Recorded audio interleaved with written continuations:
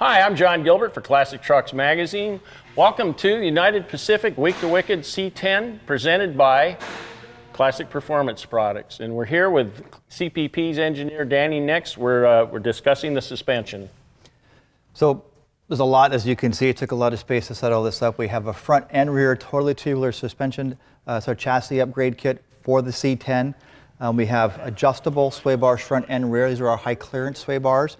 They're hollow, lightweight, very high strength chromoly tube so that you can save some weight. The high clearance portion is that we've cut the ends down to give you more room for the front tire so you can run a larger tire, get a little bit more performance out of it from there.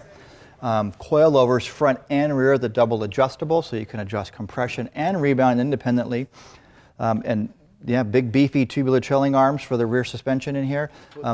This kit really works well on the track. It's really performance oriented, comfortable stuff for the street.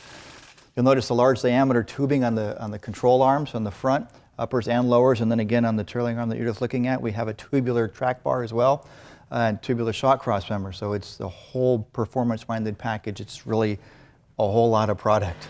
Okay, for this particular truck, we're setting it up for street, obviously. It's maybe street comp because of handling. What, say for instance, the rear coilovers, why that setup?